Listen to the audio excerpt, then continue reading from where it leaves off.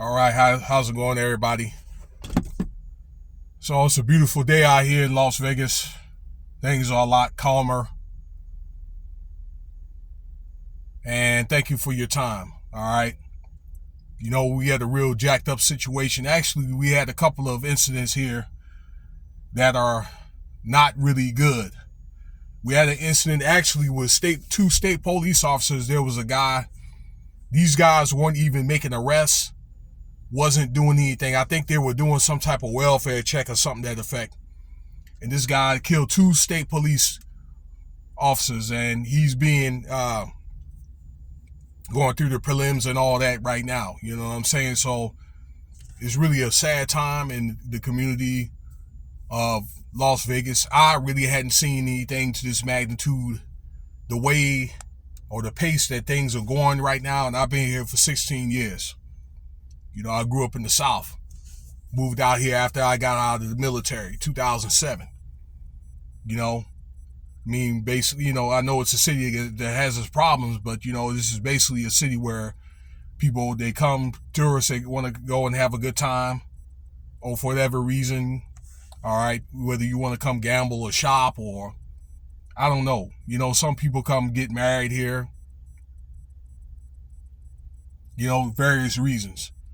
And we'll have every major sport outlet, so in a few years we'll have sports. And then, but that's what it's really about. But I guess really people don't discuss the inner problems, but it does has its problems too. That being said, we had a really big shootout over there in UNLV campus. Shout out to the Running Rebels.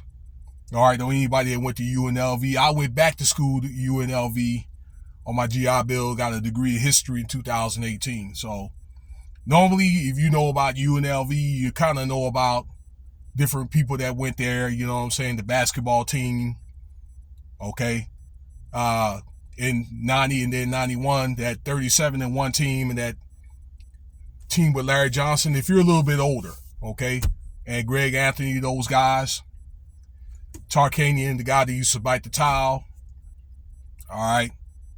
Other guys like Randall Cunningham, he's a pastor now, but he played, football in the NFL for a long time, particularly the Eagles. He went to UNLV. So that's what a lot of us old schoolers we kind of know UNLV about. Actually, Jimmy Walker went to UNLV.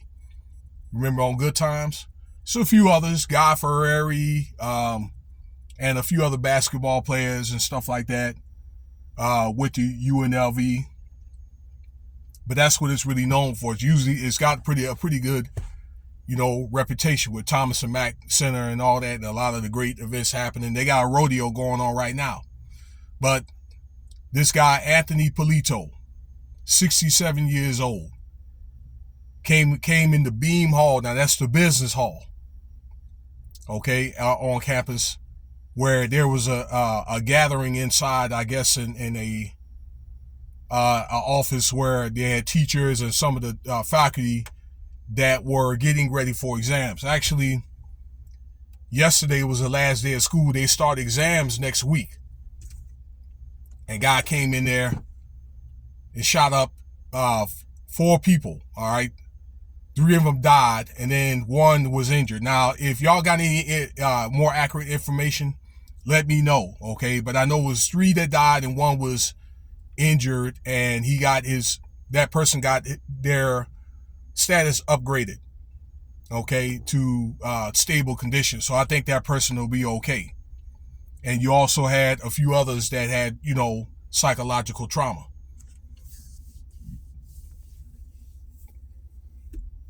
So really, really sad incident. And the motive was 67-year-old Anthony Polito, once again, he couldn't get a job. He applied for a job on campus and got rejected. And I understand he applied for some other schools as well.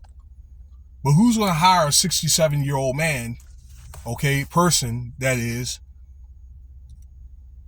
for to teach? I don't think that's going to happen. Maybe unless it's maybe online. I don't know, you know what I'm saying? But it's probably a very slim chance, okay?